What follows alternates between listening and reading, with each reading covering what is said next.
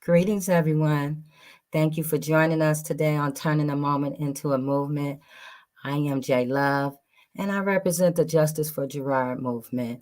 Gerard is my son who was wrongfully convicted of a crime that he didn't do, innocent, and he went to jail for an innocent person in jail. So we hear about this all the time. But, and some people still don't believe it to this day that innocent people go to prison. But he went to prison, didn't know the people, didn't know, had no idea of the incident, but he still went to prison. So, because of that journey with him and because of all the people I met on that journey and families that also had incarcerated loved ones who were in prison wrongfully, it created this movement, and this movement created this platform, turning a moment into a movement. And so, welcome. Thank you for joining us. I also want to give a shout out to those who are watching on YouTube, those who are watching on Twitter, those who may listen to us later. Thank you. It's because of you guys that we're doing this. And I want to say hi to all of those that are in the feed right today. Thank you, guys. It's been a week since we've been here. I had to take a break. It was my birthday. And I was feeling some kind of way about my son, missing him. And so I took a break, did a little bit of self-care. And so now we're back. And I'm glad that we are here because we have so much work to do. And so let's get going. I see Reverend Tia is in the queue. So we're going to bring Reverend Tia in. But while we bring Reverend Tia in, I also want to remind you guys about our mission.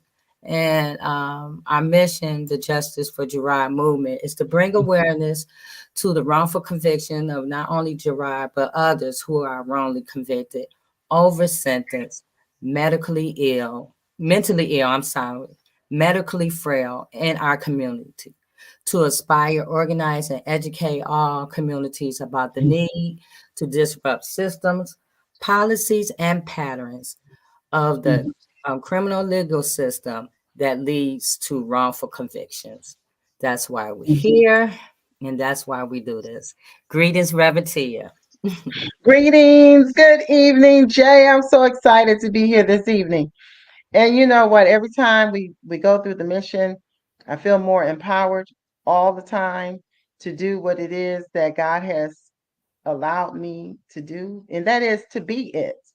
Yeah. So we're not just coming on here weekly talking about what's going on or what we need to do, or not only the education that's behind it, but it is a part of our everyday living.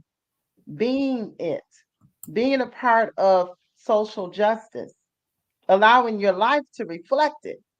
And so I'm coming to you as founder of the Choice Zone, where I help people get in their mindset to choose themselves. That's all I've been talking about today.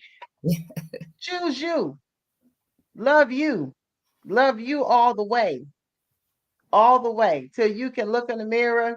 I asked somebody earlier today, when's the last time you looked in the mirror and told yourself, I love you so much, and gave yourself a kiss? People may say, oh, you're doing too much. Nope. We have to be that vigilant to ourselves first and then to others, to our people, the people in our community. And so, Jay, this is definitely a passion of mine.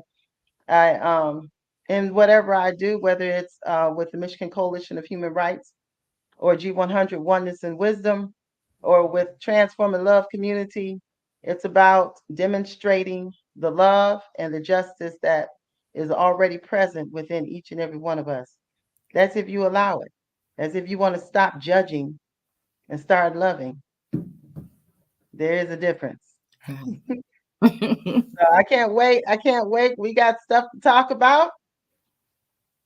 And we got some hidden truths to be told. Yes. Every day we learn something new, Reverend. If you're not learning something new every day, then hey, you need to probably check yourself. Because we should all be open to learning and open to change. So Yes. thank you, Reverend Tia. I see Attorney Hugo Mack. Greetings, Attorney Mack. How are you? Love you, love you, love you, love you, love J Love. First of all, I love your hat. Oh, thank you. I love your hat. So We got our hats on tonight. right. And Tia, keep making me love you here. Keep making me love you. Okay, see. Okay. So, but look here, J Love and my sister Reverend Tia, I just want you to know, of course you know what I'm fitting to say later on. You know that. You Yeah, know, we J know. Love, in a strange kind of way, I'm kind of like Sam Riddle's little brother. Because you know I'm gonna say it. You know I'm gonna say it. You know I am. But before I do, let me say let me say this. Let me say this. You know, J Love and Reverend Tia and the audience, you know, I believe it was in March of 1963, we had Bloody Sunday Mhm. at the Edmund Pettus Bridge. To me, that's 60 years ago, if my time is right. But if I'm wrong, y'all correct me. But when I saw that and I saw President Biden, okay, walking there with Al Sharpton and other civil rights leaders, I just want to put people in remembrance. I'm not in love, and Black people should not be in love with the Democratic Party. We should not be in love with any party. We should support policies that favor us. You understand? That favor us. So, what I'm saying is the reason that I do, and I want to make this real clear, and I just speak for myself, that I Mhm. by and large support Democrats because they are doing more to me to address policy and change that are important to me and people who look like me. Okay. Because I didn't see Kevin McCarthy at the Edmund Pettus Bridge walking across it talking about civil rights. Okay. I didn't see Sean Hannity out there walking across the Edmund Pettus Bridge. Okay. Mhm. I didn't see Marjorie Taylor Greene out there. Okay. I didn't see Donald Trump. I didn't see Marco Rubio. I didn't see that buffoon down in Florida. What's his name? DeSantis. I know. Hey, you know what?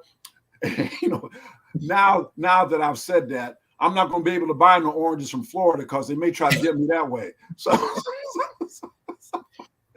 J Love and Reverend Tia, in my line of work, that's why I don't have my office address printed out. I don't want them focusing on me. I'm proud to tell you I got 5 mobile offices. So, Mm-mm-mm. so they're gonna have a hard time finding me. But anyway. So what I say is this: is that the quest for justice does not stop. And Jesus only had 12 disciples, and one of them was a traitor, but he changed the whole world. And so what I'm saying is, when I look at y'all, I get so encouraged.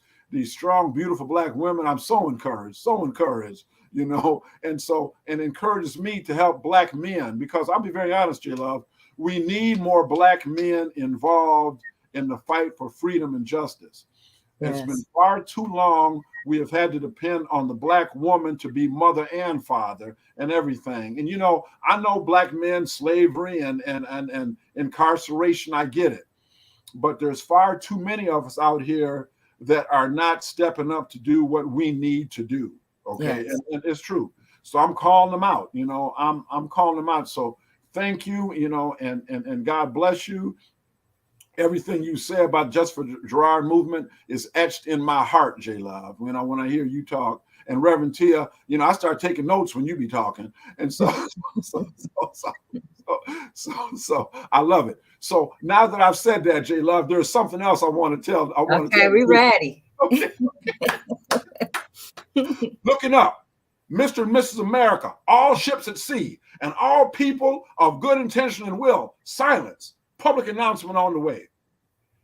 If you find yourself on Trouble Boulevard, push, drag, tow, haul, beam up like Scotty on Enterprise, that hoopity, to Mack Street. Mack Street. Park in my virtual underground garage. When there, dial the Freedom Line, 734-239-3118. The Freedom Line, 734-239-3118. The Freedom Line, 734-239-3118. HMAClaw.com is your hookup. HMAClaw.com is your hookup. HMAClaw.com is your hookup.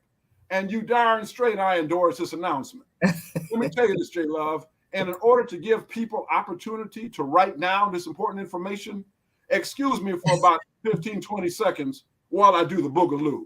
Okay.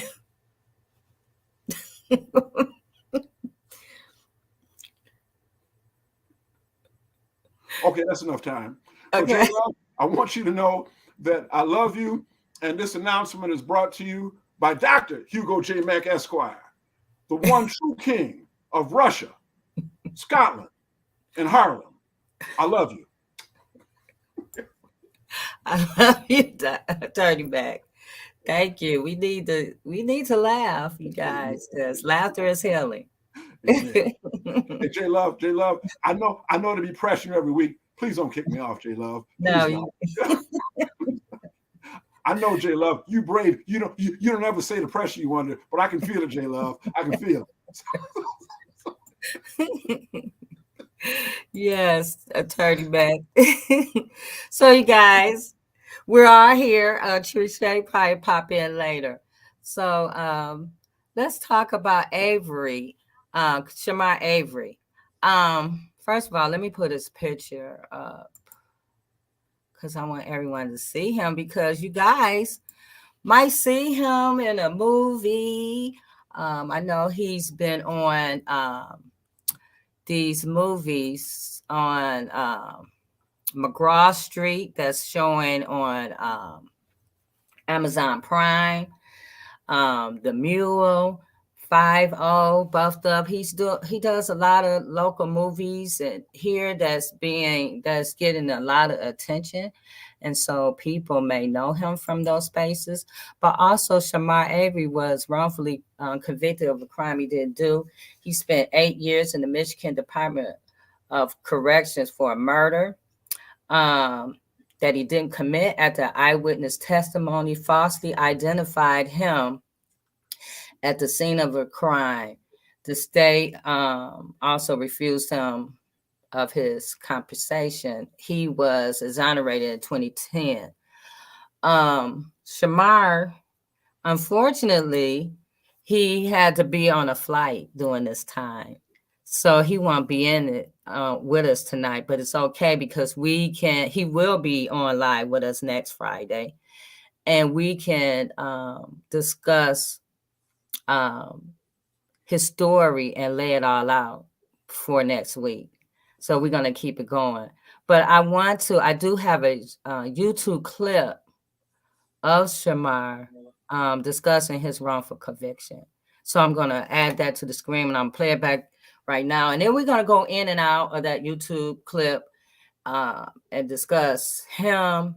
And the reason why we came on tonight, or I'm going to talk about that first. The reason why I came on, because someone sent me, he had a recent case. Did you guys get a chance to read it? He had a recent case that came up where he was trying to get his WICA. And WICA is the Wrongful Imprisonment Compensation Act.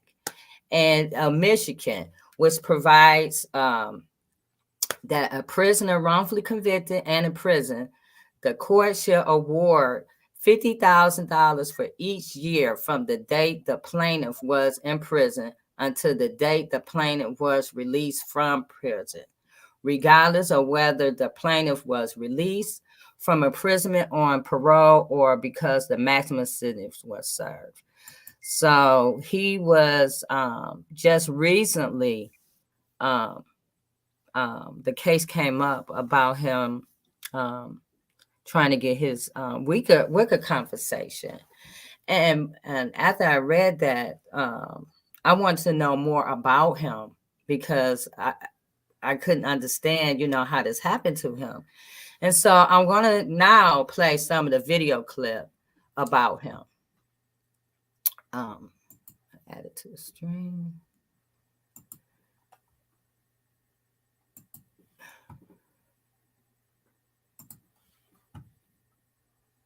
Yeah, my name is Chamar Avery. Yep, I was wrongly convicted here in Michigan. I did 8.5 years for a murder that I didn't commit, and the truth came out. I'm home. I'm happy. So during your, how old was you when you were wrongly convicted? I was 17, 18 years old. I turned 18 fighting a case. And were you put, when they, okay, so when you were wrongly convicted for a crime, how did it go so left where you was involved or got committed into this?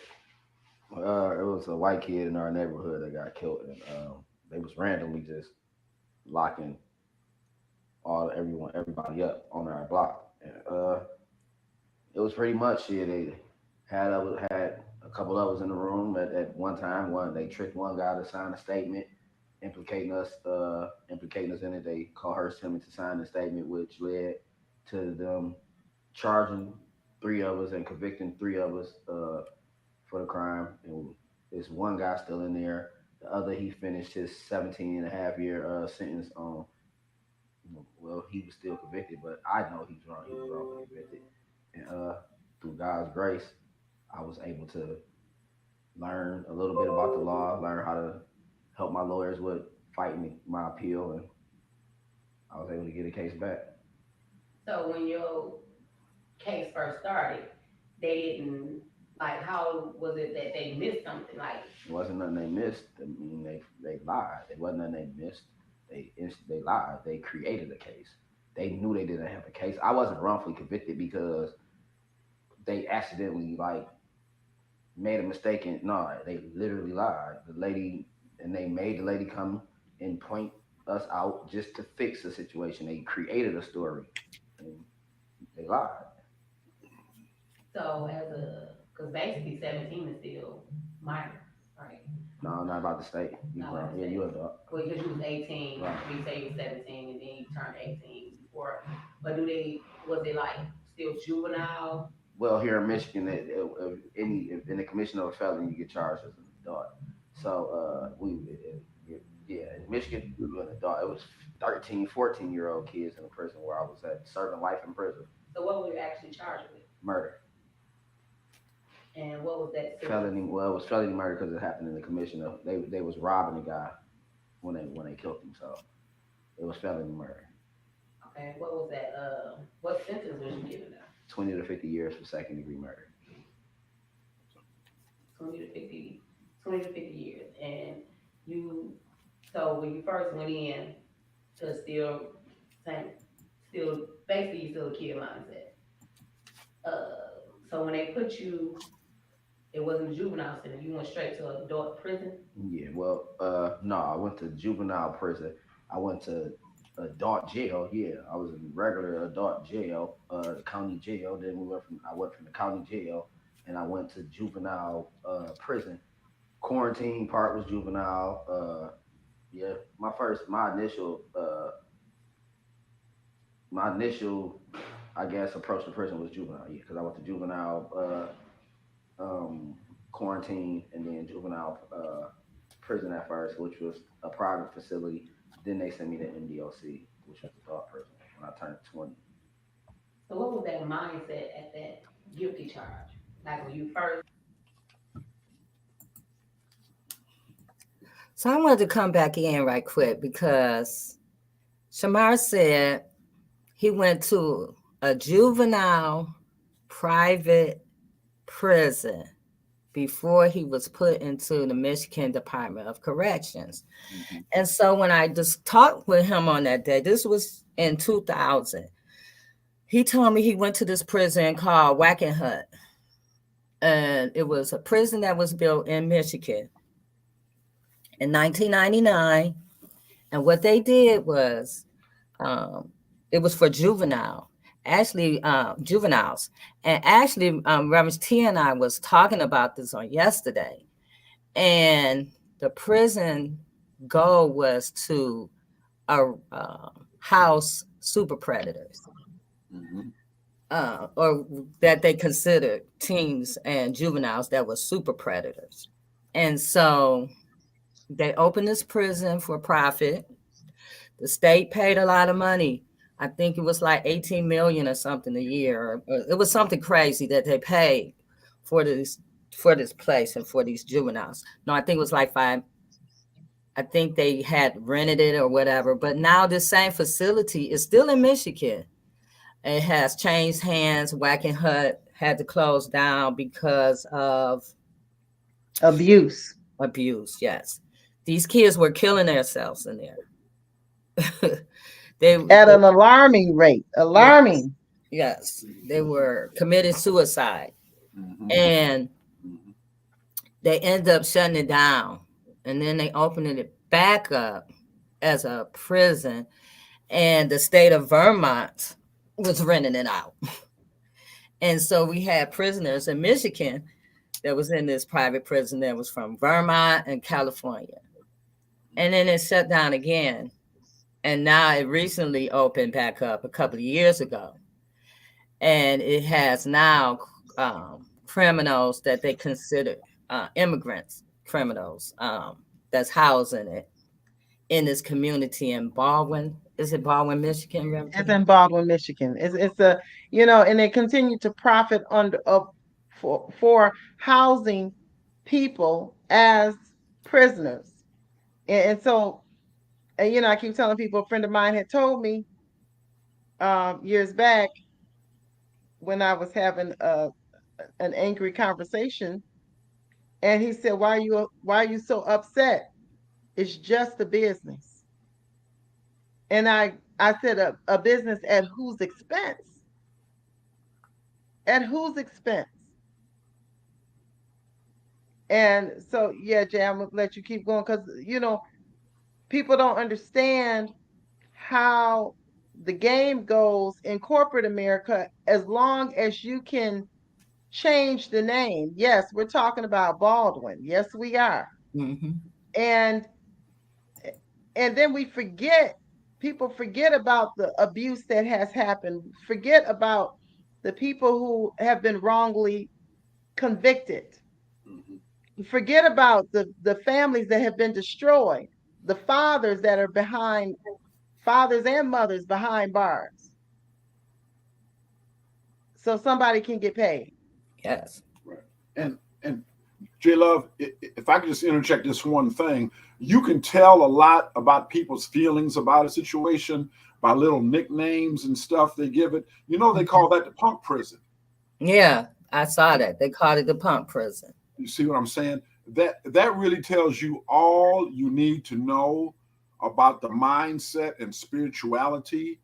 But everything spiritual is not good, by the way, and Mhm. spirituality behind this whole thing, the punk prison. See, Mhm. that's along the line of former Governor Engler, and Coleman Young. I love you for a lot of things, but you was wrong, Coleman. You was wrong, getting in that whose manhood was longer, yours or Jim Blanchard's, and then saying, "Skip you, Jim Blanchard. I'm not supporting you." And Engler won that election against Blanchard, fewer than 10,000 votes. Fewer than 10,000 votes. Okay, and Yeah. because of that, we've had this spiral downward. Engler is the one that famous said, "I would stack them like cordwood if I could." I don't care That's what he about said. I don't care about a pole barn being better. And I know this from Mhm. personal experience. Having a cubicle supposed to be for 4 people, make it 8 people.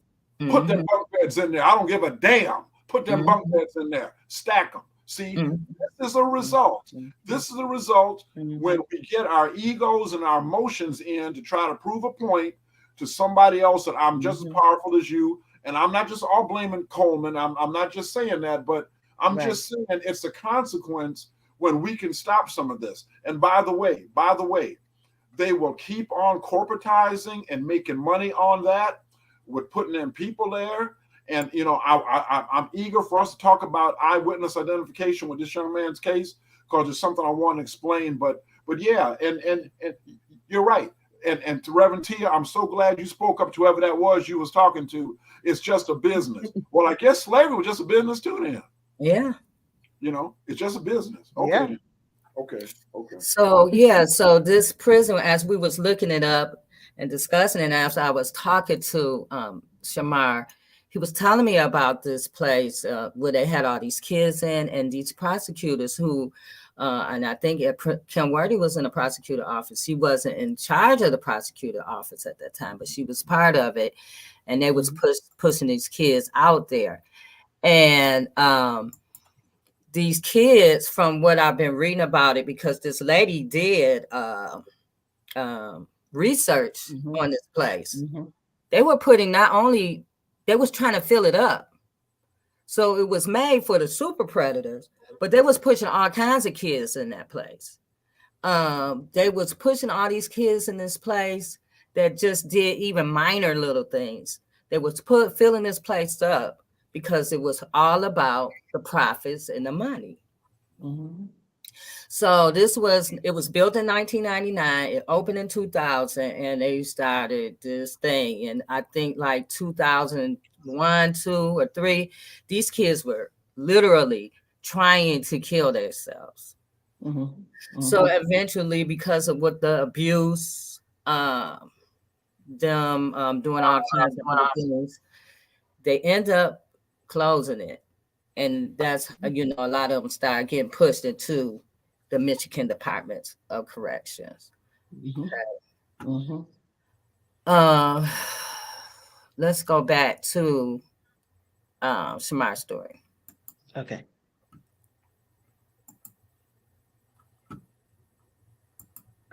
Because I know when you went into the whole thing, and okay, I know.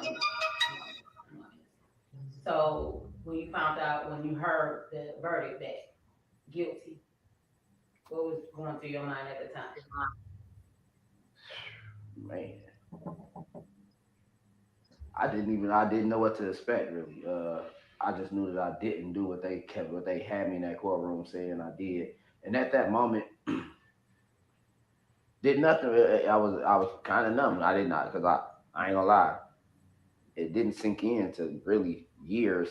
Like after I was into the situation, it still hadn't sunk in. Like I still thought I was gonna wake up and still be at home, but day after day, yeah, you ain't going home. But it, I can't really say where my mindset was, because it was one of the heaviest situations I ever been in. I was really lost. I was more worried about my family. I was more worried about those around me. I still didn't really take in how serious the situation was. Like I said, until I was damn near like years in. And sometimes I just tried my best to stay optimistic, like my grandmother always taught me. And I tried, because I got lost in like greed, and I got lost in trying to keep optimistic mindset going on, that eventually the truth gonna come out and I'm gonna come home. So when did you start to actually say, "Hey, let me pick up a law book and fight for my case"? instantly, instantly, when that bars closed and I knew I wanted to go home, that like just go home and use the bathroom instantly. Like when I instantly, when the detective was asking me what I did, and I just kept telling the detective in layman terms I didn't do nothing.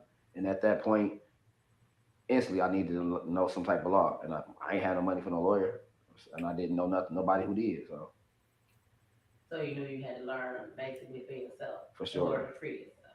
And instantly you meet people in there in jail, like I said, even in the county jail, it's like people before you are going through this. So and it's like you all right. People will teach you a lot of things. And even being in that situation, you'll meet a lot of people. Like instantly, as soon as I got in there, I instantly met people that was studying law and like trying to stay away from a lot of the chaos. So because as you dealing with a lot of people that's violent, volatile, and you on a rock with 10, 11 people that's fighting murders as well as you, and everybody got something going on every day. So it ain't just all about what's going on with your situation. It's people around here that's moving in a mindset that even if you don't make it home from the situation you going through, this nigga may kill you about whatever his situation is. So a lot of that kept me focused on what I had to stay focused on to get that key to get this door back open, because it wasn't coming from nowhere else. Like I say, because I know 17, 18 is young, and as they putting you in there with actual murder. So when you first entered to actual prison, and you still couldn't baffle the fact that you were wrongly convicted, but you had to go into survival mode. course. Mm-hmm. So how was it actually that bus ride that you realized like, hey, this is really real. It ain't the ride home I thought I was gonna get. Now I'm in here with tons of people I don't know, tons of people I don't trust. Because at this point, I know your trust got to be a little bit broken. I mean, it's just like you just said. You just said it all in a nutshell. Survival mode. At some point, it instantly it kicks in regardless. And as a culture, I think we pick up that just at a natural instinct, just culturally. So you adapt. I mean, you gotta adapt, and you gotta adapt the best way you can to stay sane. What was the hardest part? The hardest part.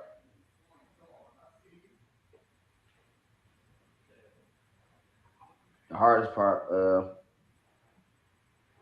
Family. Being detached from what you know and and what you're accustomed to, because life itself is about to change. It change. Everything is different. Like I said, you're around a bunch of volatile people. You ain't at church. You ain't at in the backyard at the school playground with a bunch of people that want to that right. You're there with a lot of people that were sent there for a reason for making decisions in their life, and they gotta live with it. So I mean, you're dealing with a lot of people that has a lot of testosterone built up, and shit, niggas angry. So you gotta, like I said, you said it perfect. You gotta learn how to survive, and the best way you can, and you gotta stay focused. You gotta know. Like I said my main focus was finding a key to get that door back open by any means, whether it was in a book or whether it was just wherever I had to get that information from. I was looking for that information.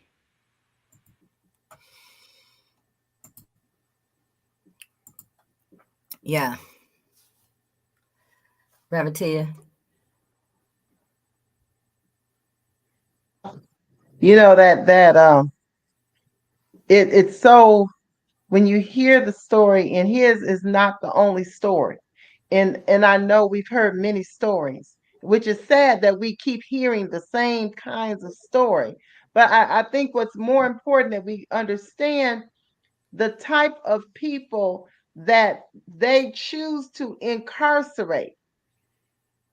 And each one says, I did not have a lawyer. I didn't have enough money to pay for anybody to fight for me.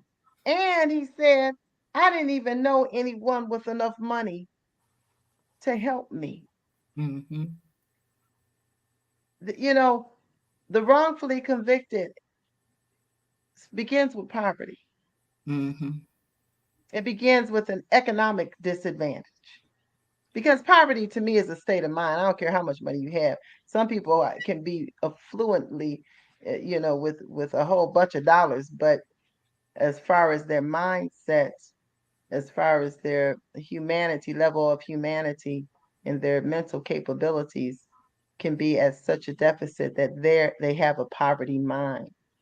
And I want people to understand that poverty mind too is if you think you are always needing to have to get one up on somebody, because that's a lack mentality. It means you don't have enough. You think you don't have enough. And so you can't share. And that's why we're in this predicament, because we have people at the top with a lack mentality. So no matter how much they have, it's still never enough. And there still is slavery. Slavery is still the key to operating wealth in the United States. Mm-hmm. And so also And we that's have awful. to look at what was going on during this time in the 1994 was when Bill Clinton enacted the crime bill, and they put 100. They wanted to put hundreds of thousands of police officers on the street. Yep. And so they was doing all of this. These cities and states were getting money for this. They were getting paid all kinds of government funding to get these police officers to build these prisons, to do all this stuff. Mm-hmm. And so they was literally snatching these kids off the street at this time because of this super predator narrative that they had going on. Yeah. And so this Chamar, he got caught up in that. He was picked up.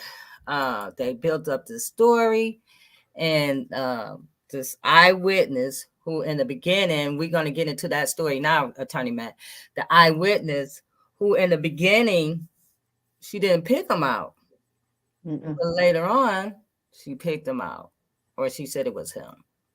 And we know from previous videos that we have done last year or the year before, that misidentification, eyewitness identification, is one of the number one reasons for wrongful convictions. Go ahead, Attorney Mack.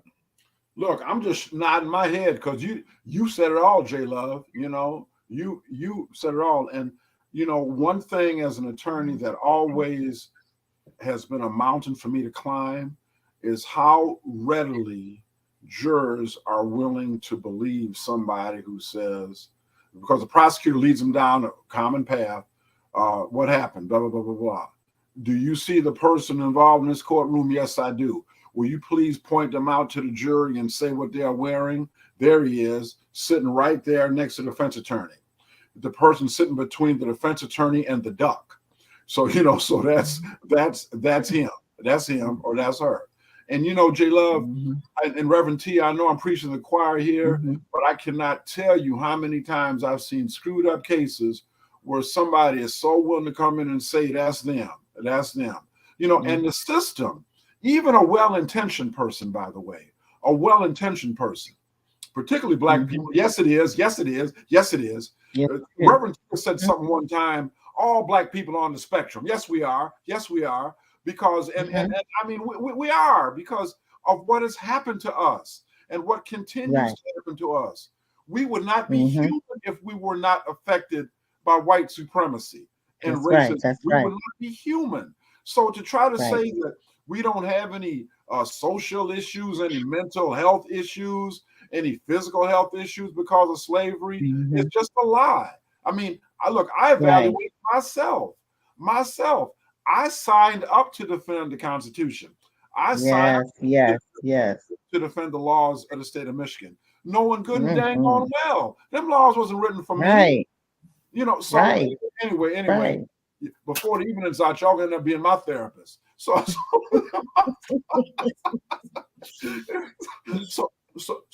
you know, J Love, and one thing, and I want to say this to all Black people, I hope you all are listening, and white people of good conscience. We have been so programmed to fit in. Nobody in the history of this nation has been more obliging and sacrificing to fit in than Black people. We always need to prove ourselves to be worthy of being at somebody else's table. Yes, we do. Yes, we do. Yes, we do. You know what I'm saying? The greatest example I see is on the U.S. Supreme Court. The whitest, most conservative member on the Supreme Court is a man that is Black as a mailbox. And what I'm telling you is that is so unfortunate. So unfortunate. You got this man coming down with rulings where John Roberts and Littlejohn, I'm saying, damn, Clarence, don't do it like that. You know, so anyway, and part of it is, J Love, with this thing about eyewitness, particularly with Black on Black crime. When the system comes in and say, okay, Mr. Mack, or okay, Miss Love, or okay, Miss, Littlejohn, now we got some people here, we automatically feel we need to please somebody. These people done took their time to bring these people up in here in this lineup, these police officers. I've got to do my part. I've got to say somebody is in there. Otherwise, it looks like I'm the one that's the odd person out. And I run into it time and time and time again. So part of it is us, J Love. It is where we need to stop being so afraid to say, you know what? I'm not sure.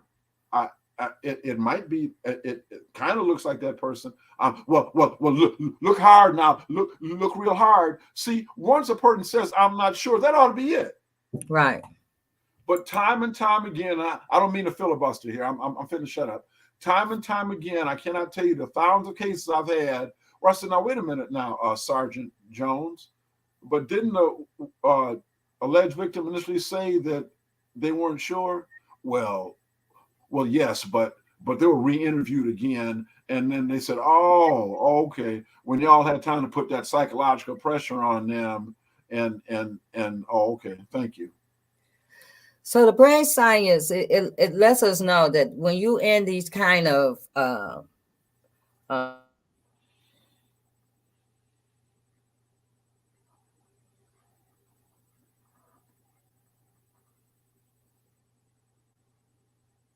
Is it me? It froze up. Is it me? situation, we're back. I don't know. We're back. Mm-hmm. So you can't say that that's the person, you know. You get it wrong. It's been documented how often that people get it wrong. It's not 100%. Right. Your brain is not like a camera. You don't record stuff and it comes out and you can play it again. That's right. You know, you're in a panic mode. And this same thing, when we talk about Gerard's case, it was an eyewitness who said that this is the person. But all the things that happened to the person, how could the person even testimony be reliable if you're getting hit in the head and if you're trying to run away? You know what I'm saying? So this happens so often. And that is why it's one of the number one reasons why people are wrongfully convicted, especially those without DNA. So when you have these cases where there is no DNA has to do with it, most likely it's some eyewitness misidentification, some misconduct going on. It's something, a whole story being made up. There's some corruption going on to put these people inside these prisons. And these informants, J Love, I'm gonna just say this real quick. One thing I deal with all the time is what they call confidential informants, okay? And these are people that are under tremendous pressure to bring somebody to the attention of the police in order to save their own situation, okay? And if that means somebody is mentally ill or emotionally challenged, that can't really stand up for themselves, well, let's say, well, Pookie, he was in the area. Yeah, that's him. He did it. Pookie may not be able to defend himself emotionally or psychologically, and damn sure not financially. You know what I'm saying? And see, and there you go again. You know, so everything you're saying is correct, J Love. You too, Reverend Tia. You know it. You know. And Prison Nation, he strongly recommended Locking Up Our Own. And we use that book a lot on this show. That book, Locking Up Our Own, Punishment in Black America by James Foreman Jr., it discussed this time, the 2000s, 99, during that era, where all these Black judges, Black attorneys, they were all, you know, into this, locking these kids up, giving them long sentences. That's why they had so many juvenile lifers. Chamar was a juvenile lifer. They had a lot of them that later on down the line, what was that 2012 Attorney Mack, where they said it was unconstitutional for all these kids to be given life sentence. That's right. Have to go back and review all them sentences. That's right. That's right. But you know, J Love, you've got certain prosecutors, like maybe one to the east of Washtenaw County. Okay, they will have those hearings, and they say, so we done had this psychological hearing. Ain't no reason to change nothing, you know. And see, so when you got that kind of added, because you know a lot of people think that a person that was sentenced to life as a juvenile, then all those sentences are going to be vacated. That's not true. That's not true. They've got to have a hearing on the brain development and all that sort of stuff. But the judge can still say, okay, I done heard everything, sentence as it is. And, you know, but 99% of the time, and J-Lo, we might have done a show on this a while back, showing the counties where people had been, the prosecutor said, well, okay, there should be a reduction, time served or something like that. But if my memory's certainly right, Wayne County was one of them counties where they was bucking that. They was were. bucking all that, They're still fighting right now for juveniles that was given life sentences. That's still locked up. That supposedly at that time, that was going to I think Edward was part of those juvenile lifers that was released. But there's some that's still in there that they just refusing to look at the cases. It's Kim Worthy refusing to look at those cases or give these people another chance. And so they're still trying to fight it because it's been 2012 or 2016 since this is all happening, and they still are looking at it. So, but in this period of time, and when you don't do nothing, history repeats itself. And so it's happening again, low key. They are locking up a lot of teens now. They're giving them long sentences. If you look at it every day, these kids, even with the case with the 6-year-old boy that they decided not to charge him, they're giving these kids a lot of time. These pranks they're doing, calling in and whatever. And I know that people are, yes, you shouldn't be calling in bomb threats. I agree. But should you give kids 20 years? Wow, I hear you. Wow, yeah, wow. Should they get 20 years for that? At 13 years old, at 12 years old, at 14 years old. Wow. Yeah. So we have to pay attention because history always repeats itself. Go on, Reverend Tia. Yeah, because you know what? We keep these people employed. And I did say that, the only client for the prison industry is the U.S. government. Mm-hmm. They don't have to go, all you people that got these businesses out here and you going up, putting all these TikToks and Instagrams and doing all this showcasing, trying to get clients and everything. And you're doing all this kind of advertising. They don't even have to advertise. And they get paid by taxpayers. We have employed people to persecute us. Make that make sense. Nationally, Michigan has the highest number of juvenile lifers still in prison. Had the second highest number of juvenile lifers among the states at the time of that Supreme Court ruling to outlaw it. Many states have outlawed juvenile lifers, but not us. Not in Michigan. So what are we going to do? What are we going to do? And Reverend Tia, it's amazing. I like how Attorney Mack said, we're the people, we're not coming after you. It's amazing how Chamar and other people who have been wrongfully convicted have not lost their minds. Many have killed themselves. Many have even stated, I will kill myself before I go back in there. That's true.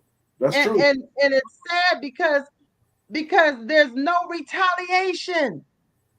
They haven't said, I'm coming to get you because you lied. That's amazing to me.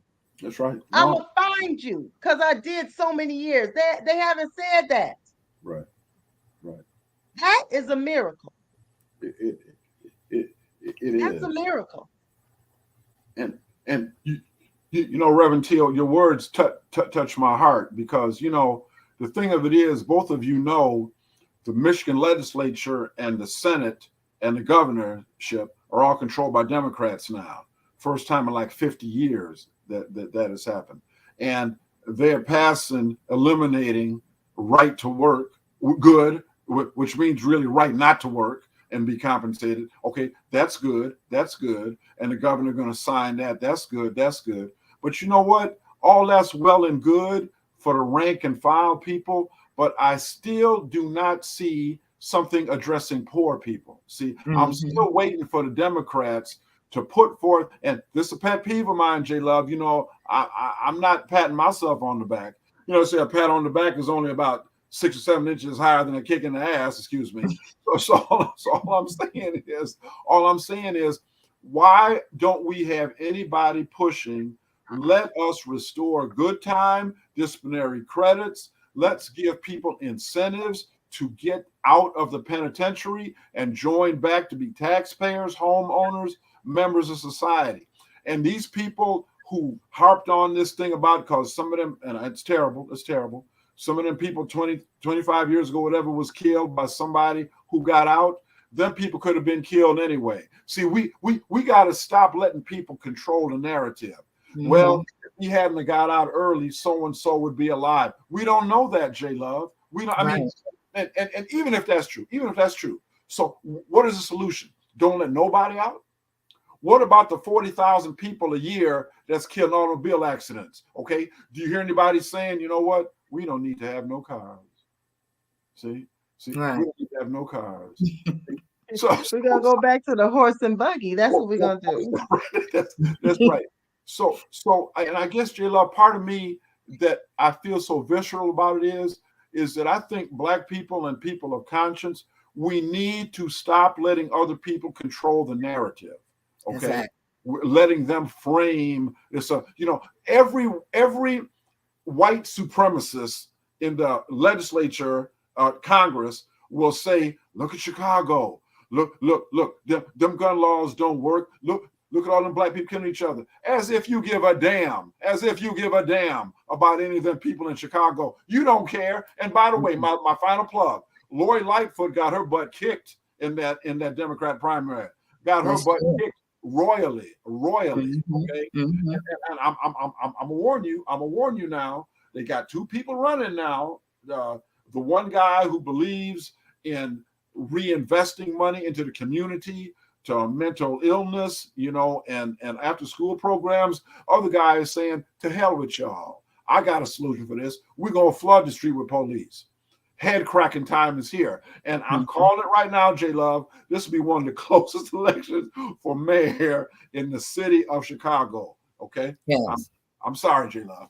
No, you good, Attorney Mack. And we need to pay attention because history repeats itself. That's right. That's right. And people they'll start back doing the same thing they were doing years ago.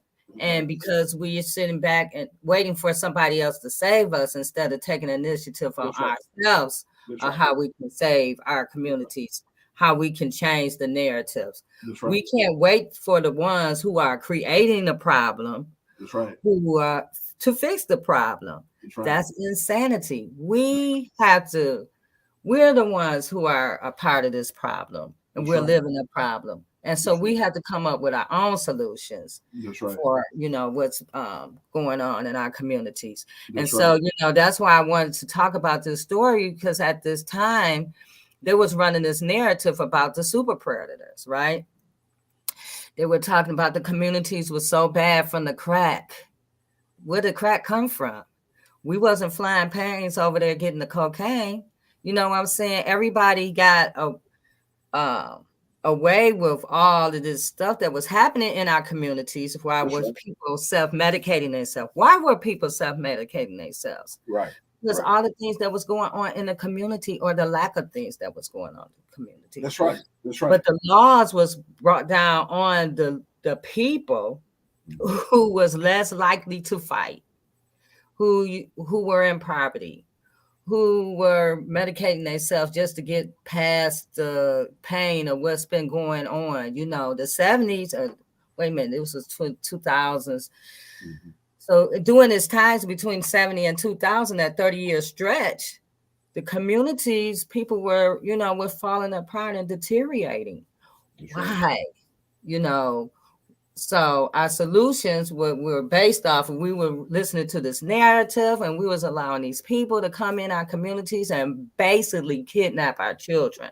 That's right. Put them in these spaces. That's right. And let us not forget, J Love, the complicity of Black people in profiteering from us. Okay. Let's not forget, I've seen the movie New Jack City about a zillion times. So true. So true. You know what I'm saying? Mm-hmm. And so, complicit along with the white man. And I say the white man, I say that kind of with the power structure. Not all white people now. Don't be bombarding J Love with emails.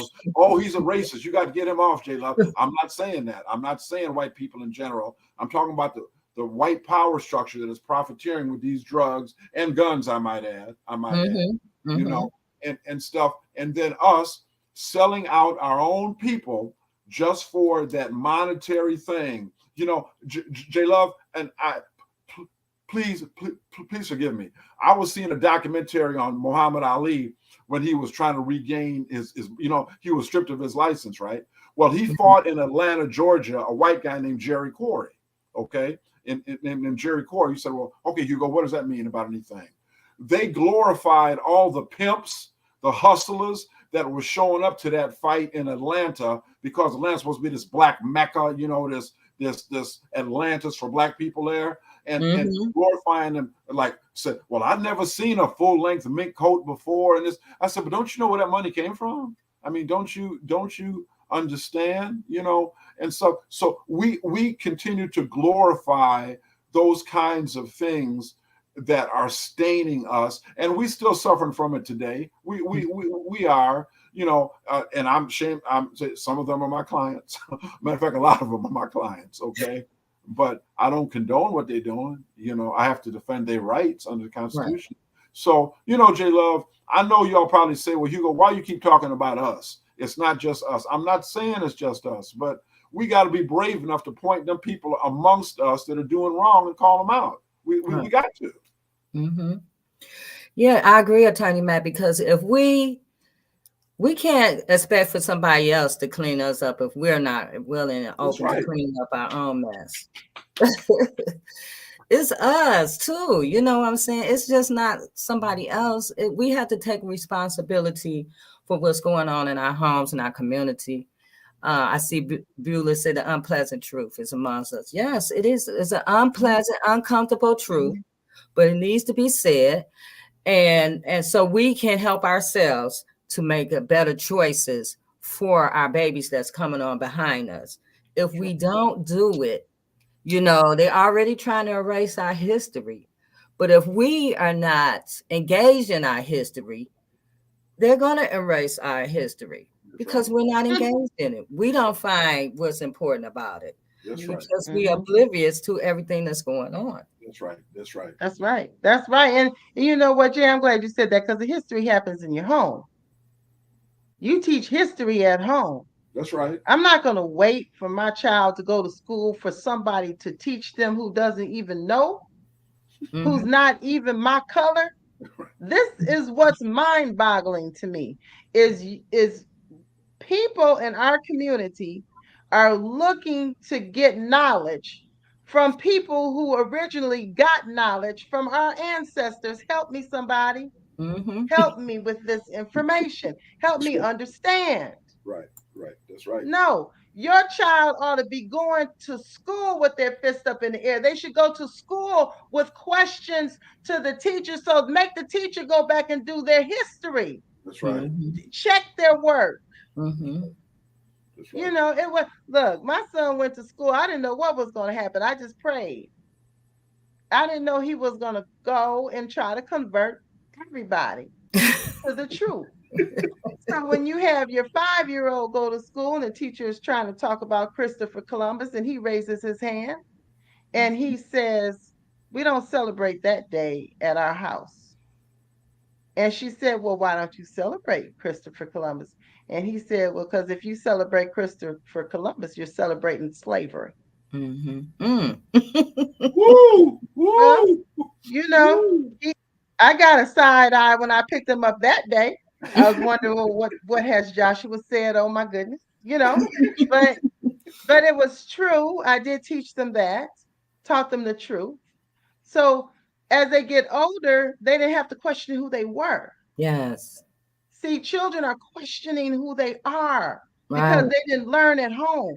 So I learned at home from my mother and from my grandmother. But what are you teaching? Right. That's going to sustain their identity. Yes. Relevant to you. Yes. I know Beulah said my parents was from Alabama. Mine too. And my dad was from Alabama. And he told us about the South. He told us these stories. you know, even the union, my parents were union members, and so they told us union stories. And so when I became a union member, I was an advocate, you know, because of Mhm. the things that my parents had told me. And so I was able to stand up and, you know, be strong in unionism. And so if we're not telling these stories die. You know, it Yeah. reminds me of Alice Haley, the story of Roots, and Mhm. how all the ancestors told the story. That's right. Mhm. And it kept going down until it got to Alice Haley, and that That's he right. wrote out the story. Mhm. And so it kept the family history going. And it Yeah. gives you a sense of knowing who you are. And if Yeah. you don't know who you are, you'll get caught up in all the crazy because you're disconnected from the truth. Right. Right. So Mhm. we have Mhm. to, instead of depending on somebody else to tell us who we are, we You know. have to remind ourselves and teach our kids and our family members about who we are. So Yes. when we have these conversations with our kids, they understand about these systems that are built against you, not to help you, but to against you. And so you have to be strong and you have this knowledge and you can push forward. And we won't have these conversations about our kids running around with guns because they love themselves so much that they can love others. And we're not going to kill each other. You know, we're going to help each other. Right. But if we're Gonna so help each other. disconnected from each other, that's what we Mhm. do. We don't have Mhm. no loyalty to one another. Go ahead and Yeah. talk, Matt. Yeah. And J Love, you know, you are so right. And the thing about this is the way they've made this critical race theory, blown that up. You want to talk about the contributions of black people throughout the history of the country. Oh, that's critical race theory. You know, y'all dividing us. What? What? But you see, J Love, you know, one thing I've realized is that while critical, what they call critical race theory, which is really should be American history, by the way, from Mm-hmm. Yes. 19 to present, you know, of course, yes. Aside, I've come to realize this over the last several months. Black people knowing about themselves is an off ramp. I've come to realize the people that are trying to make this a cultural issue about you can't teach about black people, this and that, the affecting black people is a secondary issue. I've come to firmly believe these people do not want white kids to know the truth, J Love. They Mm-hmm. don't want white kids to know because they know that if they do know the truth and generations coming up, these people, these white supremacists, are so afraid these white kids will change the system, J Love. Exactly. So, you know, that's Exactly. an epiphany for me that I came to realize that. Because if they can keep the white kids in that same white culture, this is the way it is. I'm used to seeing white men on the currency.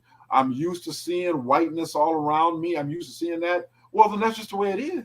Mm-hmm. I'm Mm-hmm. not racist because I support white people's face on the currency. I'm not racist because I support the way housing and the end of Right. affirmative action. See, because they're just raised into it. So anyway, uh, white supremacists, white racists, all you folks who need to be like them people in the desert for 40 years, go on and check out of here. Go on now.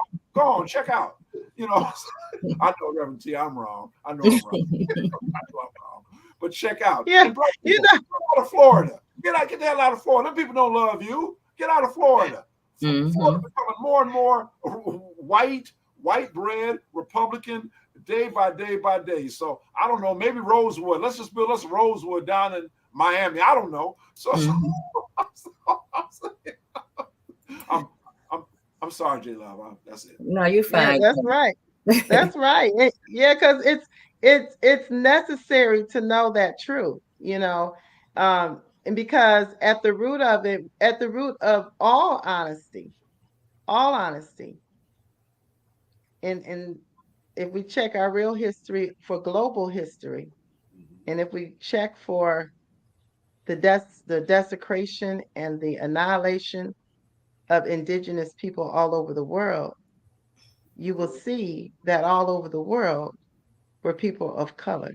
Mm-hmm. if you did your history. Right. And that's why they don't want real history, because then it's not pretty. Why is it okay for other cultures to know who they are and not people of color?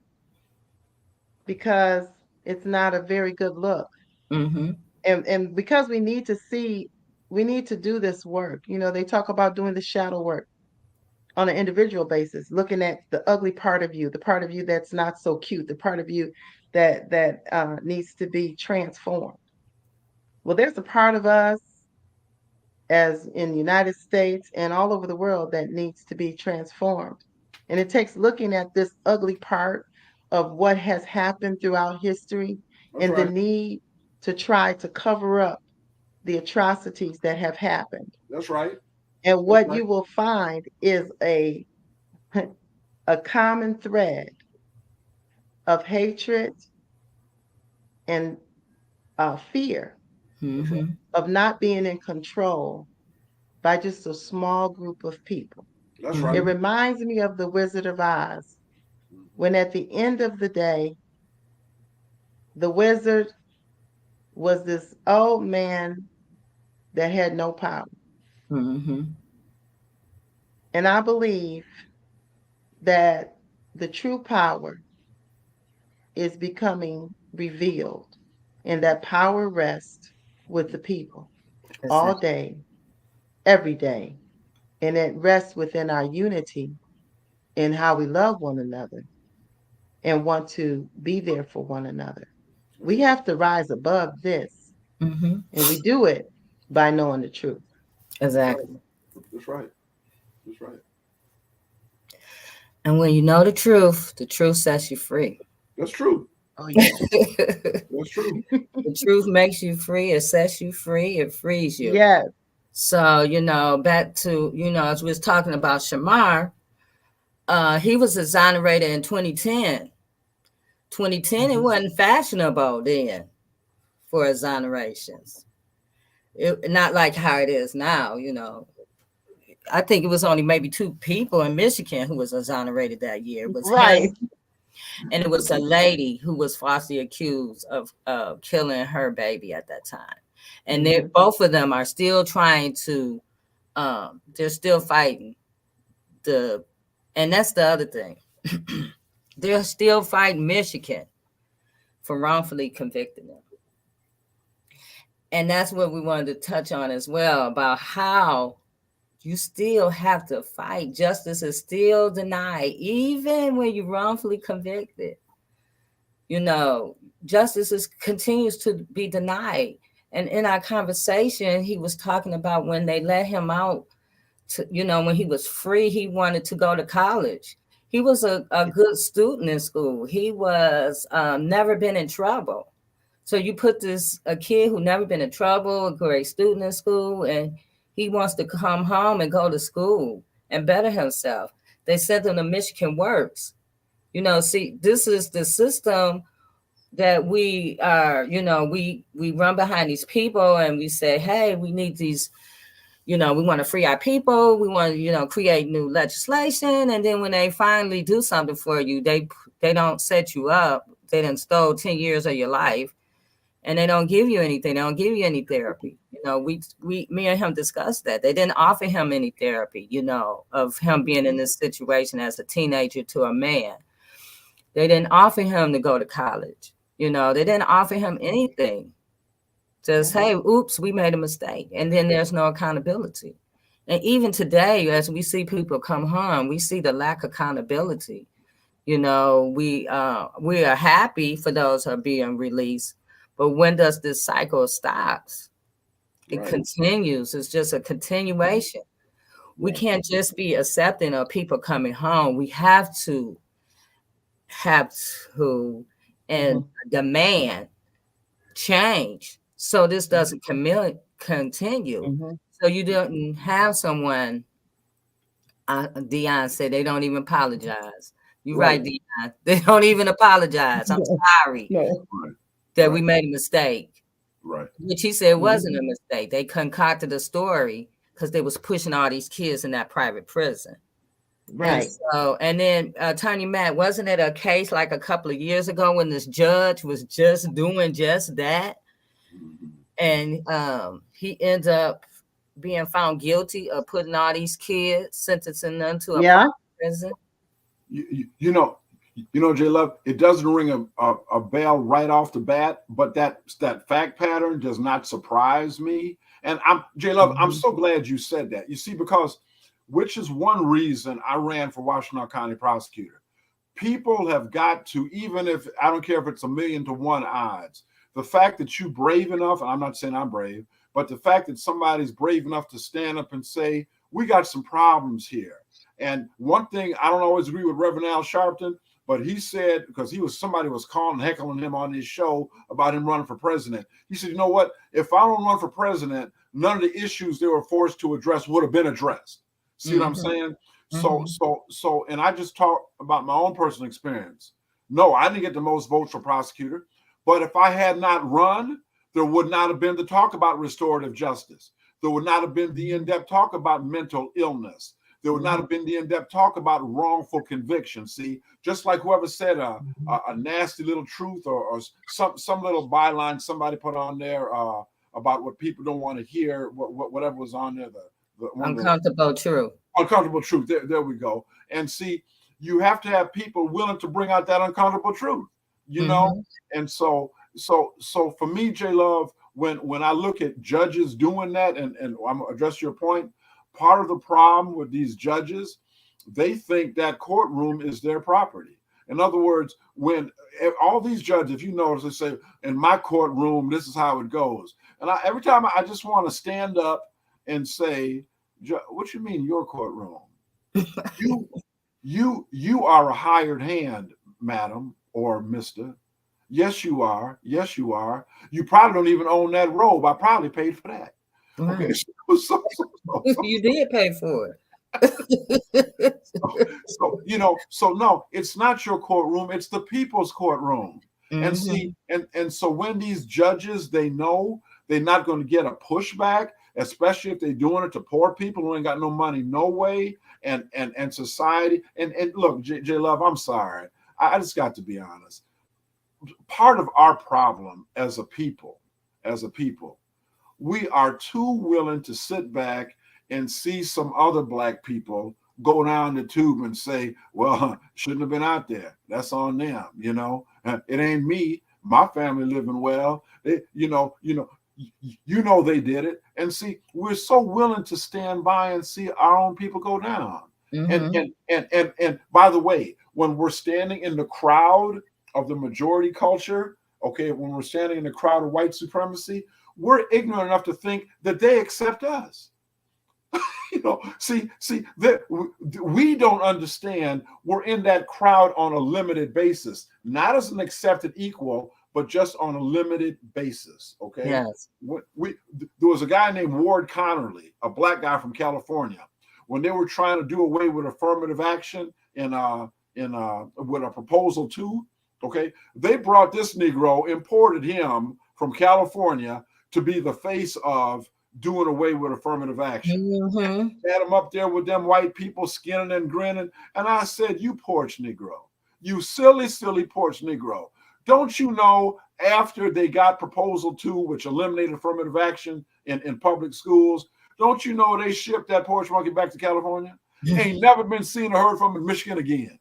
He served his purpose, J Love. He was the Black face to buffer people like me who were trying to say it's racist to do away with affirmative action. They put him up against me, say, you know, that spook, that agitator Hugo Mack, he wrong, and Wardell Connerly. So they sick Wardell, they sick him on me.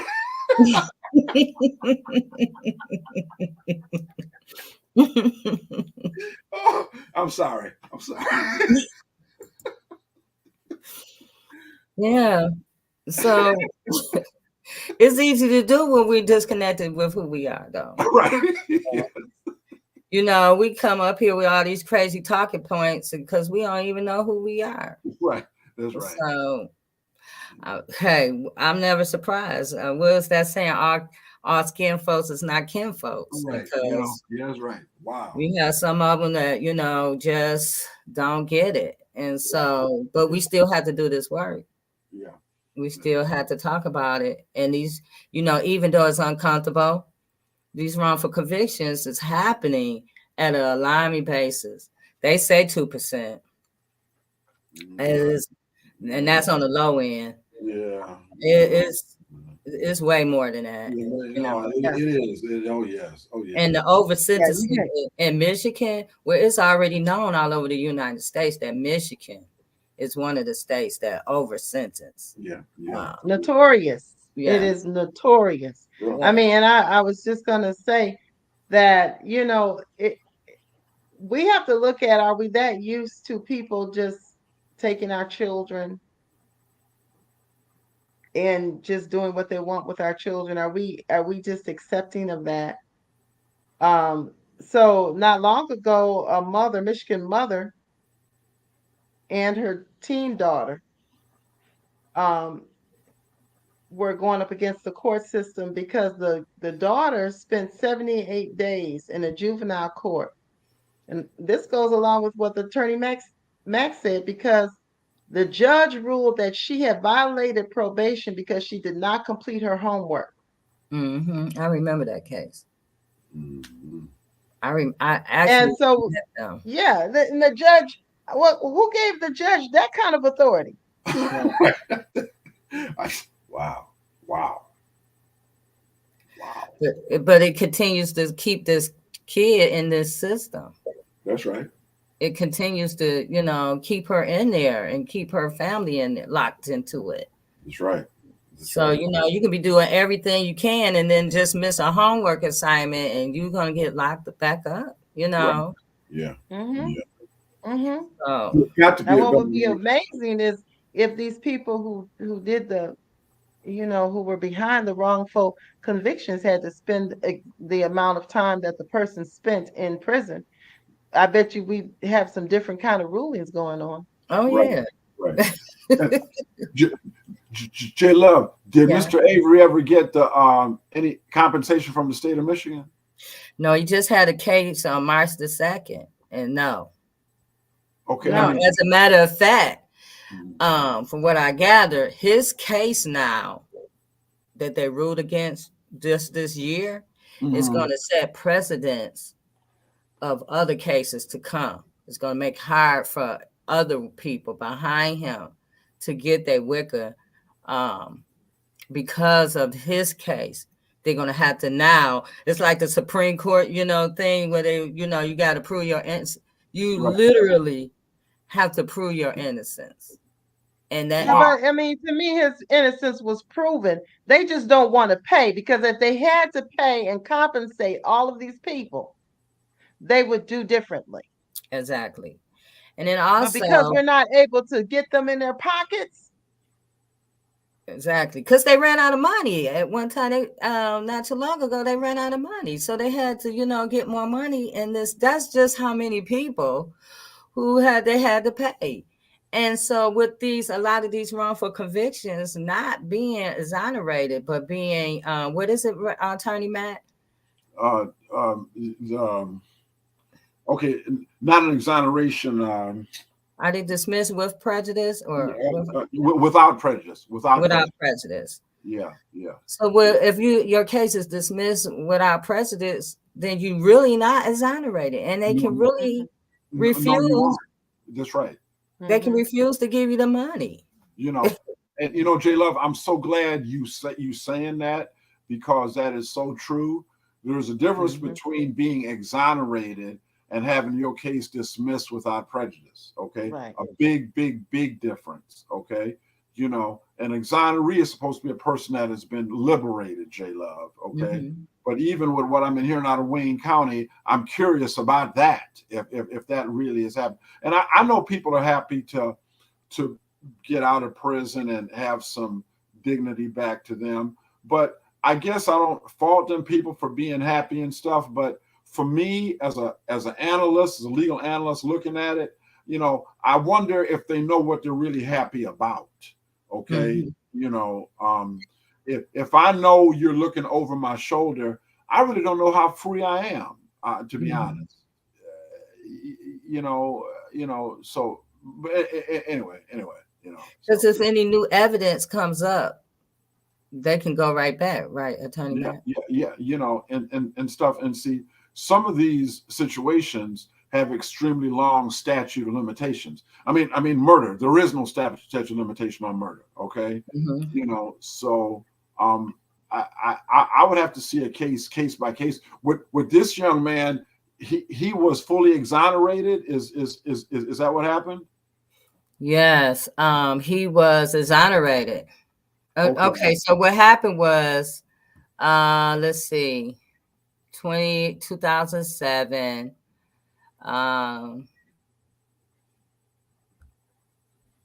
He was, they ruled that he had ineffective legal counsel. Okay. And so because his counsel failed to track down his alibi witnesses, he didn't do anything. Okay. So at first they disagreed with it and said that wasn't ineffective counsel. That was just his strategy. And so they refused it. And so in 2008, the U.S. Court of Appeals from the Sixth Circuit upheld the decision and ordered Avery to be retried or released. He was released on bond shortly thereafter, pending a retrial. They never retried this case. They dismissed the charges in 2010. Okay. Well, him, it's over, J Love. I mean, for all intents and purposes, and I'm happy for him, But I'm gonna tell you how rare that is, J Love, in terms of getting a case reversed or looked at that ineffective assistance of counsel. I'm telling you, that man is like 1 in 10,000. What happened with him? Because the courts are so pro to say trial strategy. Even if it was error, the evidence was overwhelming, et cetera. The courts, either through statute or court decision, the courts can make law too. Okay, courts can make law too. Miranda rights, the Congress didn't write that. That is Supreme Court law. Okay, that's Supreme Court law. So it's so next to impossible to get any case reversed on ineffective assistance of counsel, And so Mr. Abdul said, he's on here. Hi, Mr. Abdul. He said no court ever found him innocent or exonerated. He got a new trial on ineffective assistance only. He said that the charges was dismissed only. Well, okay. And so what I'm saying is, the reason I feel that he is in great shape, because time now starts working in his favor. You understand what I'm saying? So, for example, if he was convicted, what, in 2000? Is that one? Okay. Right, so it's 2010. He was, they dismissed the charges in 2010. Yeah. So what I'm saying is, so now we're a good almost 15 years out from 2010, J-Love, so just the passage of time now starts working in his favor, because whatever witnesses said or whatever, then, to me, it's over. To me, he's free. Okay. But he's still got that specter of what possibilities. And by the way, when Mr. Abdul, what he just said there is 100% correct. He was not exonerated in the sense that you've been found not guilty, or you have proven that you are actually innocent. It was never done. It's just he was never retried, J-Love. So the only thing that Mr. Avery has got going for him, and I'm not minimizing it, is the presumption of innocence. Yeah. Okay. And that and a $1.50 gets you a cup of coffee, I guess. Right. But this how, again, Attorney Matt, this is how they set it up to keep you in the cycle. Dismiss the charges, dismiss prejudice with what is that? Without prejudice. Without prejudice and all this kind of stuff. Instead of saying, hey, this person actually didn't do the crime, he's exonerated, they're keeping this tail or this little tag on you Of course they are. to keep course they you are. in this cycle. And also, and this is just my opinion. Mhm. When they do these things, this is going to open up a can of worms to look into, well, why is this happening? It's going to expose all these people who've been doing these wrong things. Mhm. And it's so if you keep it where these people are, you're not saying they're innocent, they're kind of innocent or they're kind of released. It doesn't open up the door to see what really was happening to get these people inside these places. Right. Yeah. So, even with Mr. Avery's story,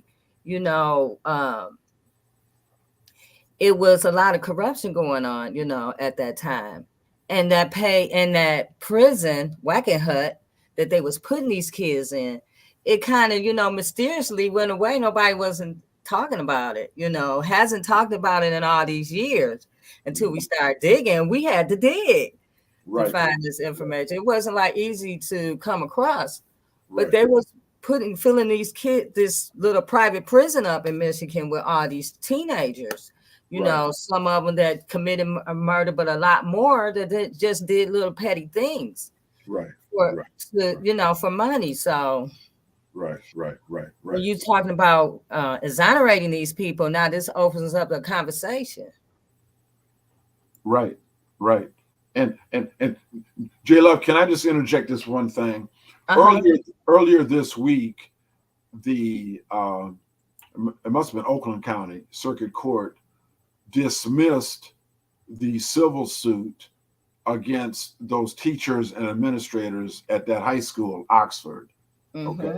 Okay. Under two words you know quite well, J Love, qualified immunity. And that judge made it real clear, and Ben Johnson, I respect him, one of them lawyers you see on TV. Look, that woman judge told him, and asked him, I don't give a damn how many commercials you got on. I'm dismissing this right now. Put that in your next commercial, sir.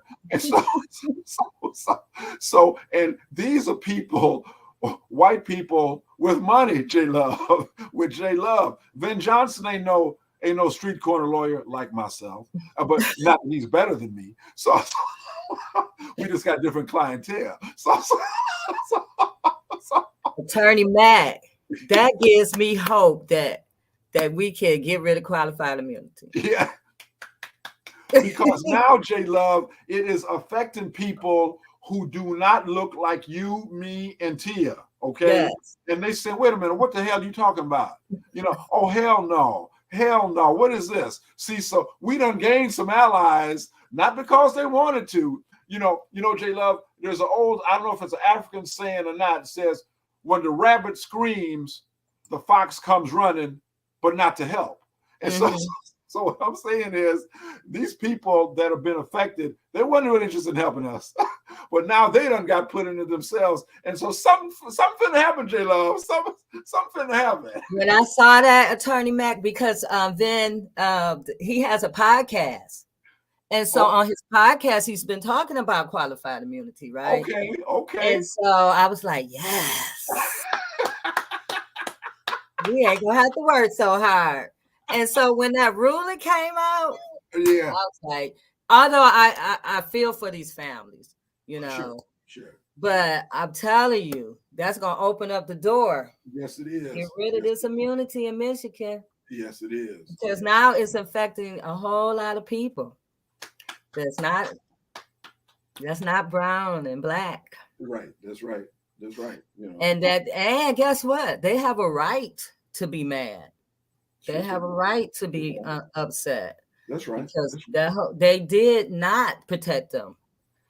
They sent that kid back out there now. Yeah, they did. They sent them back out there. Now your kid would have been sent home. Not have left that school without you. That's right. I'm telling you. As a matter of fact, the first day he probably drew a gun, he probably would have been out to school. Oh, absolutely. But he definitely, you wouldn't have left without him. That's all I will say on that one. So I'm like, when they said that, I'm like, yes, we about to get rid of qualified immunity in Michigan. Mr. Abdul said the mentioned legislator can repeal qualified immunity. It's typically reserved to the legislator to repeal it. The courts apply it in cases involving neglects and against government officials. We have to show that they acted with reckless, deliberate indifference to your health or safety. Yeah, And well, so somebody coming in killing a bunch of people with a rifle when y'all knew or had reason to know, that seemed pretty reckless to me. Exactly. But the judge didn't think so. That's right. That's right. That's right. That's right. Woo! Woo! So yeah, I can see that. Let's all join in together. Amen. To eliminate qualified immunity in this. That's right. That's right. That's right. Yeah. Yeah. So you guys, thank you for joining. Rev T, you had something to say? Oh no, look, I was agreeing with everybody. I'm so glad to get rid of qualified immunity because it just affects so many people. But I was just thinking, like you always say, injustice for just one of us is going to be injustice for all of us. And now it's trickling down to the all of us. See, they're still connected. We are still all connected. And if you are, no matter what color you are, if you are in the category of underserved, no matter what color, no matter race, culture, whatever, if you are underserved in this United States, you are affected some way, some form, somehow. Yes. Yes. We are all connected. Oxford, Detroit, we all are one. That's right. What happened to one of us could happen to all of us. That's right. That's right. So I got a few announcements before we go. Yeah. First of all, next Saturday, join Trische and Survivor Speaks for the Wrongful Conviction Support Group. You can go to Facebook for those who are listening. You can go to Facebook/Survivor Speaks for more detail. You can get to hit the QR code and it'll send you, takes you to the link. You have to register for this event so you can get the information to join. It is a Zoom event, but you have to register. And also that same day, the Wrongful Conviction Task Force is going to be on. And if I'm not mistaken, they're going to be talking about qualified immunity. She's going to have a special guest. So make sure you guys also connect with Survivor Speaks to register for that. We also want to send support to Susan Brown, who's going to be a guest on here. I can't wait. She's an awesome person. She's doing awesome things at Huron, at the women's facility, Huron Valley. The final push process for her clemency. She's an awesome international artist. Awesome. So if you guys to learn more how you can support Susan, you can click on this link, or you can hit this QR code, and it would take you exactly to her page where you can get information to support her. Also, we want to also ask you to donate to the Voice of Detroit. Miss Diane Buskiski was on here a few weeks ago, who has been writing about wrongful convictions over 20 years. And she has this digital platform where you can connect with her. And you can also see these stories about these wrongful convictions. Please support her. You can go to www.voiceofdetroit.net to get more information on that. And this Saturday at 6 p.m. at 9, from 6 to 9, is Silent Cry with our sister and friend of Turning a Moment to a Movement, Shawana Vine, is having her gala awards. Is honoring the mothers of the criminal justice movements. change makers in the community. And it's a fundraiser for Daniel Jones Scholarship Fund and Harvesting Hope. So you can get you a ticket on Eventbrite. Just put in Silent Cry Inc. Gala Awards, and all the information will show up, and you can purchase a ticket. The ticket is only $25, and there's going to be a meal served and drinks. So join us for that. And also, save the date. Yeah. Save the date for the love gathering.